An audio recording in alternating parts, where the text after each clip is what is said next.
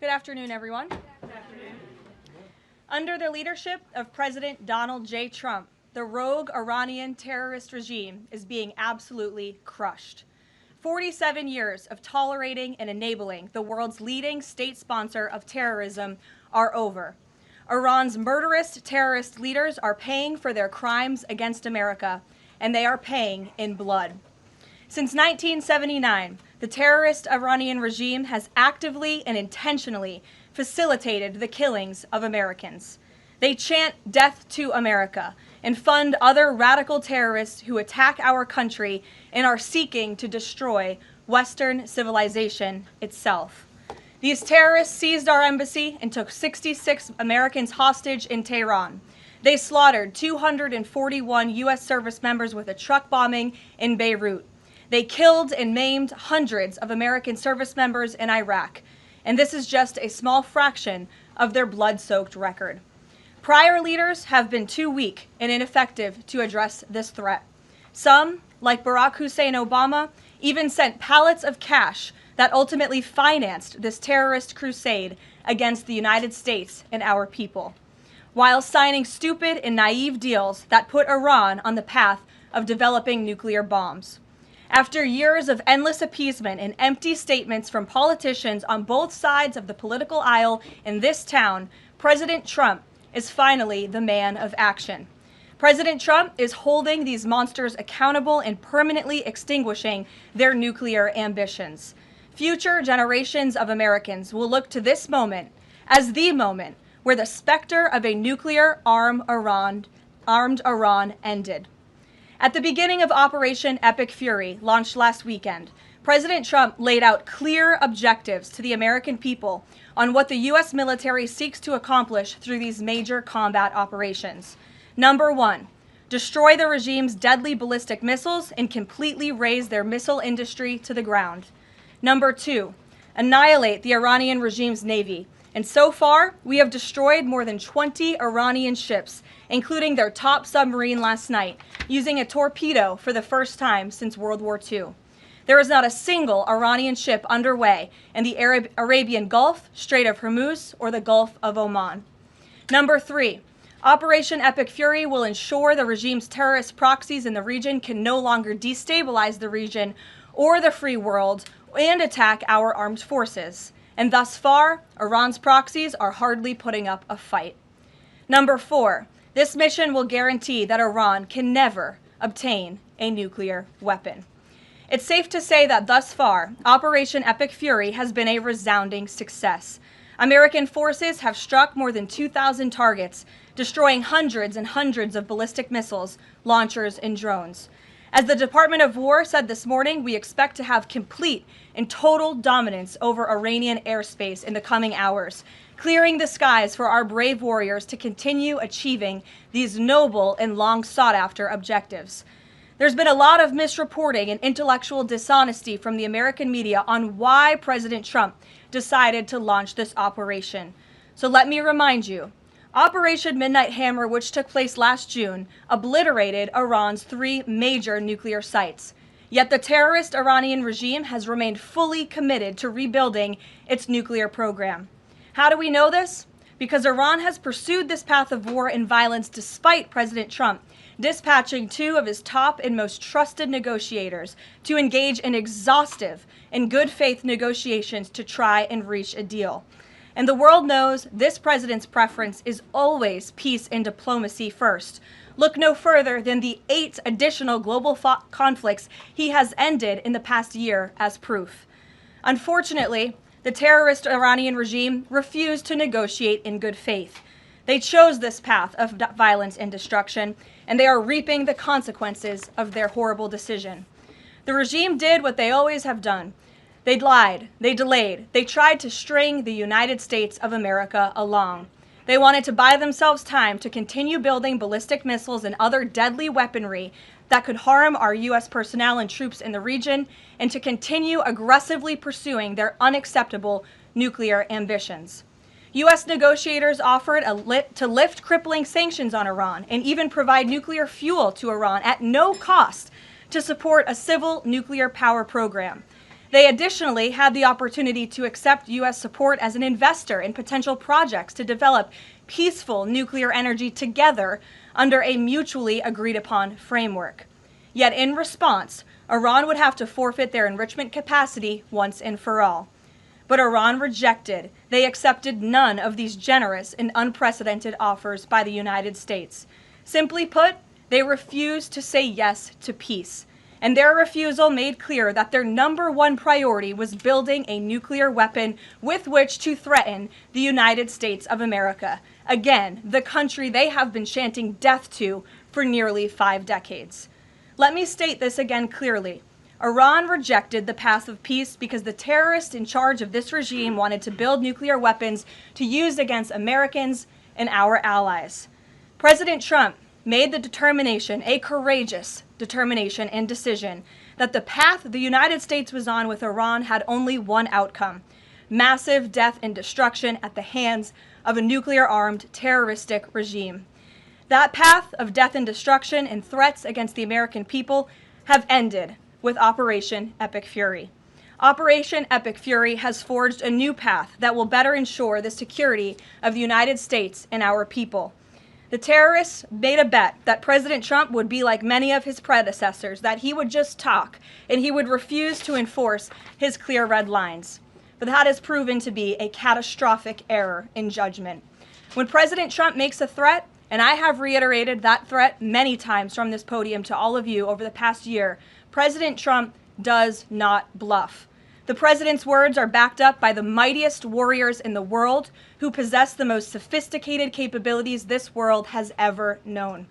49 and counting of the most senior Iranian regime leaders, including the supreme leader, have already been wiped off the face of the earth.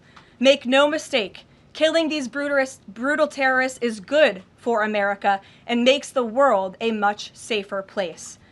I want to also extend our prayers and condolences to the families of the 6 U.S. military service members who have been lost in Operation Epic Fury.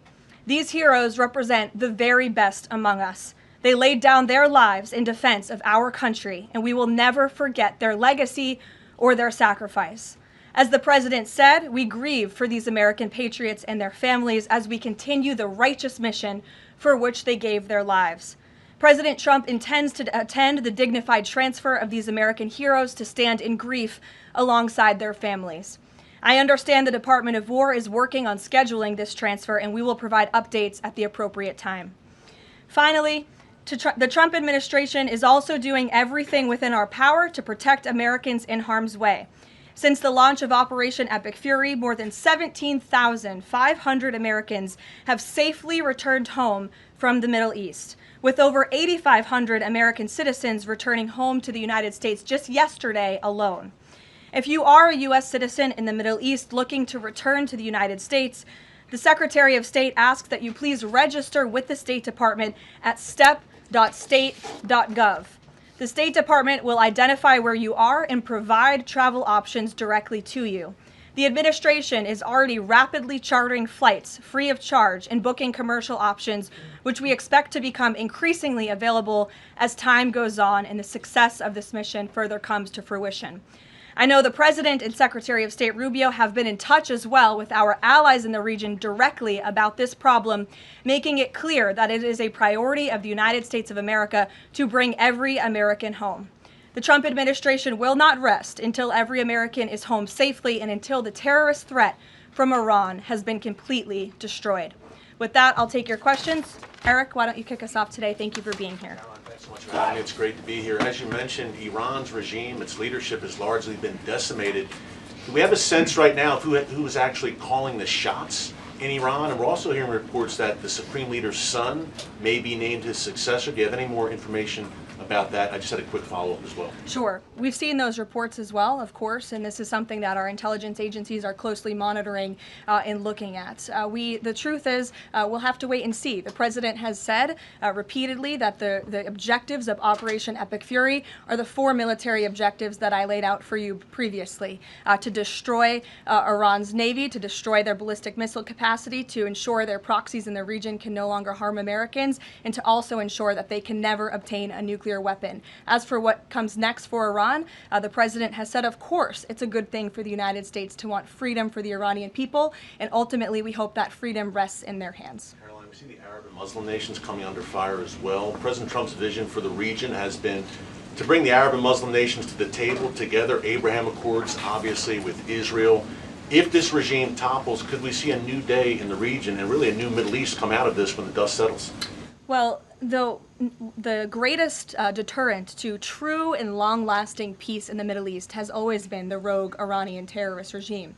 And our Arab and Gulf partners in the nation admit that, as well as, of course, our close friend and ally Israel.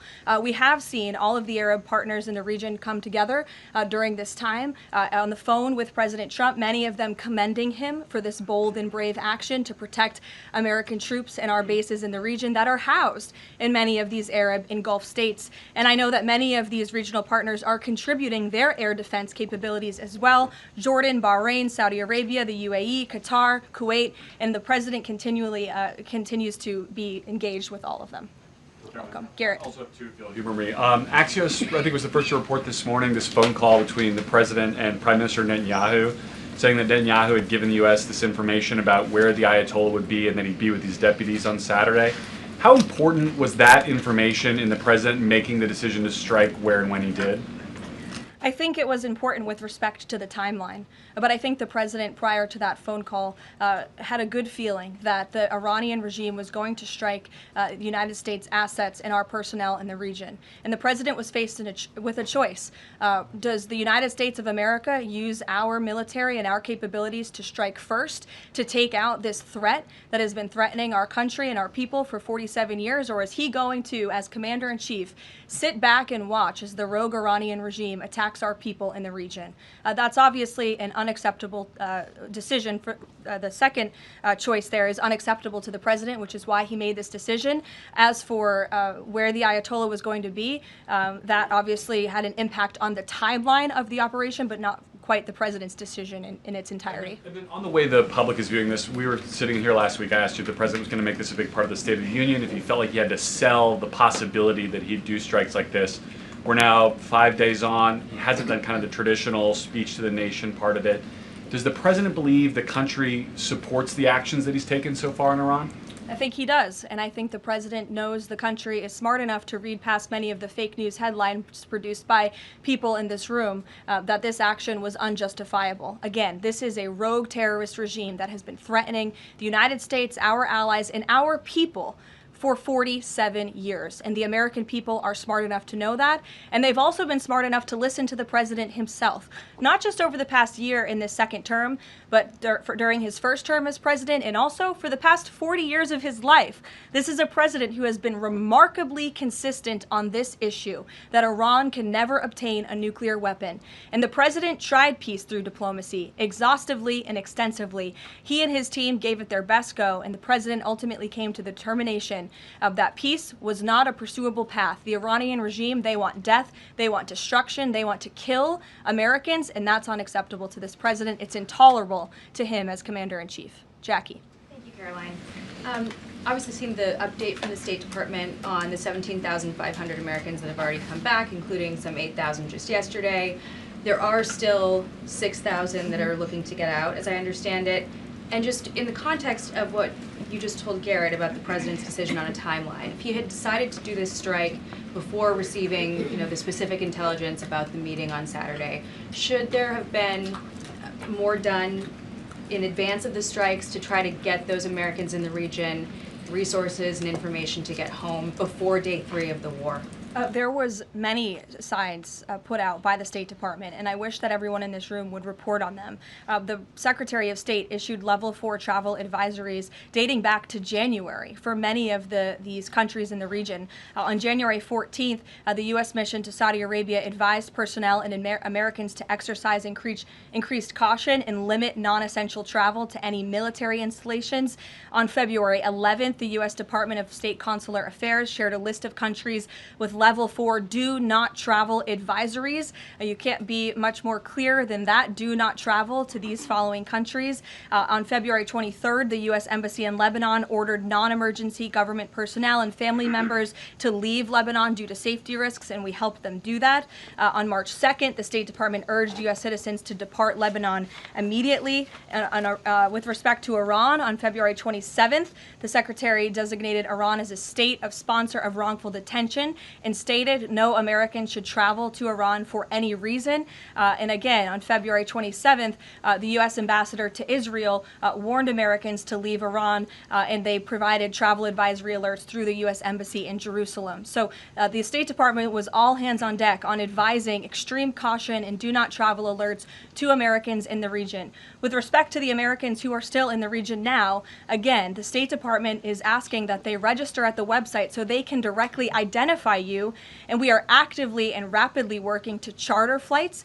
There is some commercial flights that are taking off intermittently from these countries, and we plan to get Americans on board as quickly as possible, again, free of charge to them. And we have some additional measures that I think will be announced in the coming days. Again, I can also reiterate from the President's perspective, this is something he's brought up directly with our allies and partners in the region, that we expect their help in getting Americans home, and we will do that, and we will not rest until every single American is returned home safely. Thank you. And then one follow-up just on how people might be experiencing this at home.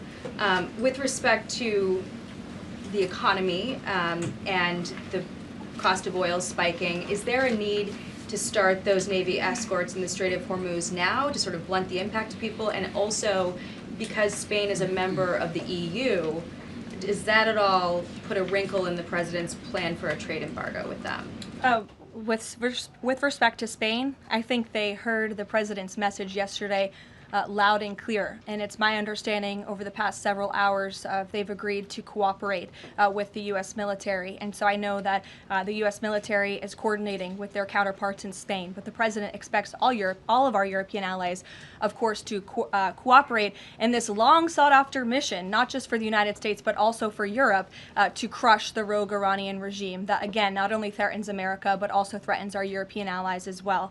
With respect to oil prices and the economy here at home, of course, this is something that Secretary Bessent, Secretary Wright, the National Economic Council of Energy, that is led by Secretary Burgum, has been long working on and well in advance. Yesterday, President Trump announced the U.S. Development Finance Corporation will provide political risk insurance at a very reasonable price for crude carriers and cargo ships operating in and around the Gulf. And as you pointed out, Jackie, the President said if necessary and when appropriate, the U.S. Navy will begin escorting tankers through the Strait of Hormuz. I think it speaks to why this action was so necessary, that ultimately the energy industry is going to benefit from the President's actions with respect to Iran, because Iran will no longer be controlling the Strait of Hormuz and restricting the free flow of energy, which, as you all know, controls 20% of the world's global oil supply. Thank you. Sure. Thanks, Karoline.